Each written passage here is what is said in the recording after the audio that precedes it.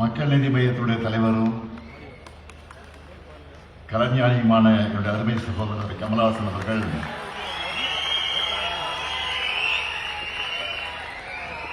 மரபோம் என அவருக்கே உரிய பாணியில்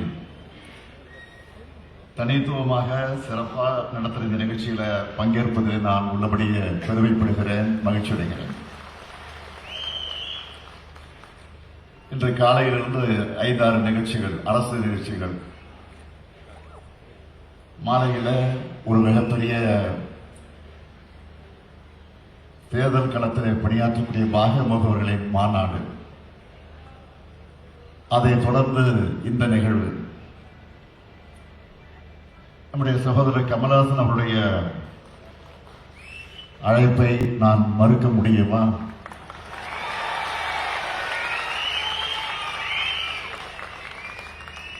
நான் எண்ணி பார்க்கிறேன், முரசொலியுடைய பவள விழா நிகழ்ச்சியில் அவர் கலந்து கொண்டு அவர் ஆற்றிய அந்த உரையும் இதுவரையில் என்னால் மறக்க முடியாது. அந்த நட்பு உணர்வோடு தான், சகோதர பாசத்தோடு தான் இந்த நிகழ்ச்சிக்கு நான் வந்திருக்கிறேன். திரு கமல் அவர்கள் திரைப்படத்தில் ஒரு டைலாக் பேசியிருப்பார், மறதி ஒரு தேசிய வியாதின்னு.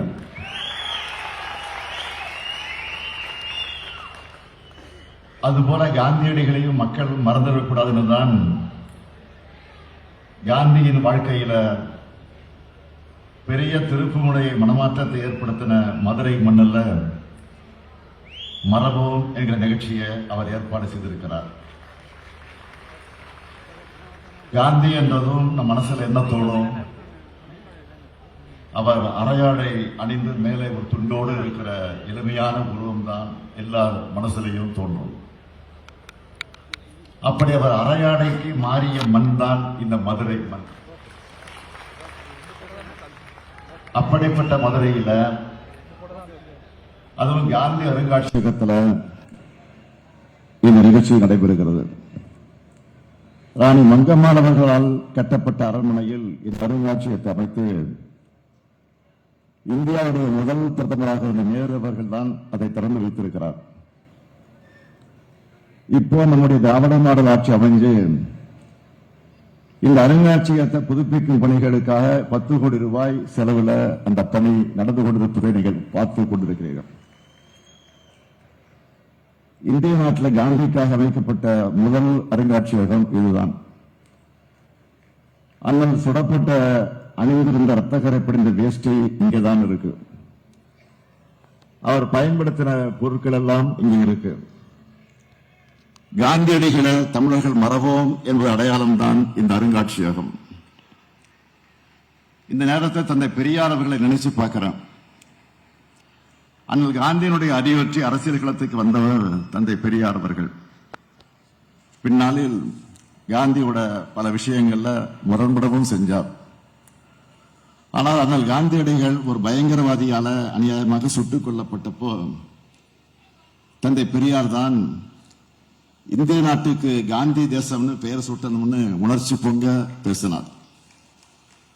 காந்தியடிகள், தந்தை பெரியார் இந்த இரு ஆளுமைகளையும் எல்லா மேடைகளையும் நம்முடைய அருமை சகோதரர் கமலஹாசன் அவர்கள் நினைவு கூறாமல் இருக்கவே மாட்டார்.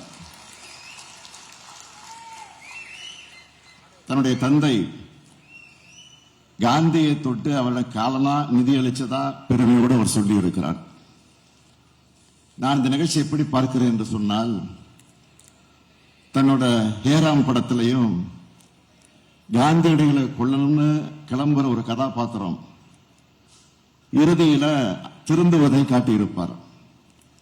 வெறுப்பரசியல மூர்க்கமாக திணிக்கிற ஒரு கட்சி, ஒரு கொள்கை ஒன்றியத்தில் ஆளும் காலத்தில் காந்தியத்தை நம்ம நாடு இருக பற்றி கொள்ளணும்னு வலியுறுத்துற நிகழ்வு தான் இந்த நிகழ்வு. கமல் அவர்கள் அடிக்கடி சொல்வது போல, நாமும் காந்திய பிறரில் தேடாமல் காந்தியாக மாறுவோம், இதனை மறவோம் என்பதற்காகவே இந்த நிகழ்ச்சி. எல்லா மாற்றங்களும் தன்னிலிருந்து உருவாகணும்னு சொன்னவர் காந்தியடிகள். அதைத்தான் நம்முடைய கமல் அவர்களும் சொல்றார். எனக்கு எழுதின கடிதத்தில் கூட இன்றைய இந்தியா உலகம் எதிர்கொள்ளும் முரண்கள், தனி வாழ்வில் ஏற்பட்டிருக்க சவால்கள் ஆகியவை காந்தியாரின் தேவையை முன்னெடுப்பதையும் விட அதிகரிச்சிருக்குன்னு கமல் அவர்கள் குறிப்பிட்டிருந்தார். காந்தியடிகளை மக்களோட மனசிலிருந்து எப்படியாவது அகற்றிட வேண்டும் என்று இன்றைய ஒன்றிய அரசு, பாஜக அரசு திட்டமிட்டு துடிச்சுக்கிட்டு இருக்கு. காந்திய கொள்கைகளை அழிக்கணும்னு என்ற நிலையிலிருந்து இப்ப காந்தி என்கிற பேரே இருக்கக்கூடாதுன்னு என்கிற அந்த இடத்திற்கு அவங்க நகர்ந்திருக்காங்க. அதுக்கு எடுத்துக்காட்டு தான் 100 நாள் வேலை திட்டத்திலிருந்து காந்தியடிகள் பேரை நீக்கினது. அடுத்து கரன்சி நோட்ல இருந்தும் காந்தி படத்தை எடுத்தாலும் எடுத்துருவாங்க. என்னை பொறுத்த வரைக்கும் ஒற்றைத்துவத்துக்கு எதிரானவர் காந்தி, இந்து முஸ்லிம் ஒற்றுமை அடையாளம் காந்தி, மத நல்லிணக்கத்துக்கான மகத்தான மந்திரம் காந்தி, இந்தியா அனைவருக்குமான நாடு என்ற கருத்தியல் தான் காந்தி. நான் கொல்லப்பட்டாலும் கூட ராம், ரஹீம் என்கிற பெயர்கள் அடிக்கடி உச்சரிப்பதை விடமாட்டேன். இரண்டும் ஒரே கடவுளின் பெயர்கள் என்று சொன்னவர் காந்தி. இதனால்தான் மதத்தை வச்சு அரசியல் பிழைப்பு நடத்துகிற அற்பர்களுக்கு காந்திய பிடிக்கிறது இல்லை. அண்மையில் பாஜகவை சேர்ந்த ஒரு முதலமைச்சரை முஸ்லிம்களுக்கு எதிராக வன்முறையை தூண்டுறதை பார்த்திருப்பீங்க. இதை சொல்லவே நமக்கு வெட்கமா இருக்கு. ஆனா எந்த வெட்கமும் இல்லாம இப்படியான செயல்களில் அவங்க ஈடுபடுறாங்க. சமூக ரீதியா, கல்வி ரீதியா பிற்படுத்தப்பட்ட முஸ்லிம்களுக்கு இடஒதுக்கீடு கூட இருக்கக்கூடாதுன்னு நினைக்கிறாங்க. கிறிஸ்துமஸ் அன்னைக்கு கிறிஸ்துவர்கள் மேல தாக்குதல் நடத்துறாங்க. மாற்றத்தினால் என்று கூட பார்க்காமல் சிறுமி மேல தாக்குதல் நடத்துறாங்க. தமிழ்நாட்டில் இப்படியான சம்பவங்கள் அரங்கேற்ற வேண்டும் என்று வெறி பிடிச்சு அலையறாங்க. நம்ம அரசும் உங்களை போன்ற தோழமை கட்சிகளும் இருக்கும் வரை அதை நாங்கள் நடக்க விடவே மாட்டோம். மண்டோ என்ற புகழ்பெற்ற எழுத்தாளர் இந்தியா பாகிஸ்தான் பிரிவினையும் போது நடந்த வன்முறையை பார்த்து என்ன சொன்னார் தெரியுமா? முட்டாள்களே, லட்சம் முஸ்லிம்கள் கொல்லப்பட்டனர், லட்சம் இந்துக்கள் கொல்லப்பட்டனர் எழுதாதீங்க, 2 லட்சம் மனிதர்கள் கொல்லப்பட்டனர் என்று எழுதுங்கள்னு மனம் விரும்பி சொன்னார். அவர் சொன்னது சரிதான். மதம் பிடிக்காம மக்களை பக்குவப்படுத்துவதுதான் மதங்களின் வேலை. மதவெறி புகுந்தா முதல்ல சாகிறது மனிதன்தான். இதை நல்லா உணர்ந்திருக்கிற காரணத்தால் தான் வெறுப்பை புறந்தள்ளி தமிழ்நாடு வளர்ச்சி பாதையில் போகுது. மனிதத்தையும் மனிதர்களையும் அழைத்து ஆட்சியை பிடிக்க நினைக்கிற பாஜகவின் பிடியில தமிழ்நாடு சிக்கக்கூடாது.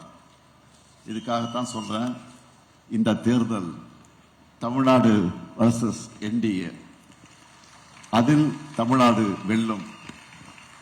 பாஜக வெறுப்பு எஞ்சின்கள் தமிழ்நாட்டுக்கு தேவையே இல்லை. காந்தியடிகளின் மத நல்லிணக்கமும் தந்தை பெரியாரின் பகுத்தறிவு, சமூக நீதி பார்வையும் தான் தமிழ்நாட்டுக்கு தேவை, இந்தியாவுக்கும் தேவை. அந்த அடிப்படையில் தான் மதச்சார்பற்ற முற்போக்கு கூட்டணியில் சகோதரர் கமலஹாசனின் மக்கள் நீதி மையமும் இணைந்திருக்கு. சிலர் சொல்லுவாங்க, சகோதரர் கமல் பேசுறது எங்களுக்கு புரியலன்னு. அவங்களுக்கு புரியாம இல்ல, ஆனா புரிஞ்சிக்க கூடாதுன்னு நினைக்கிறாங்க. மீடியா மைக் முன்னால புலம்பிட்டு இருந்தவங்க இப்ப பார்லிமெண்ட் மைக்கிலையும் சகோதரர் கமல் புலம்பு வச்சுட்டாரு. இப்போ அதுக்காக என்னுடைய பாராட்டுக்கள், வாழ்த்துக்கள். அது மட்டுமல்ல, அவர் தொடங்கின மக்கள் நீதி மையம் 9ஆம் ஆண்டுல அடியெடுத்து வச்சிருக்கக்கூடிய வேளையில சமநீதிக்காகவும் சமூக நீதிக்காகவும் உங்கள் குரல் தொடர்ந்து ஒலிக்கட்டும் என வாழ்த்துகிறேன். அன்பின் பாதை சேர்ந்தவருக்கு முடிவே இல்லையடா என்பது சகோதரர் கமலினுடைய பாடல் வரிகிறது. அப்படி அன்பின் பாதையை வலியுறுத்திய காந்தியை மறவோம், காந்தியின் கொள்கைகளை காக்க வெல்வோம் ஒன்றாக. நன்றி, வணக்கம்.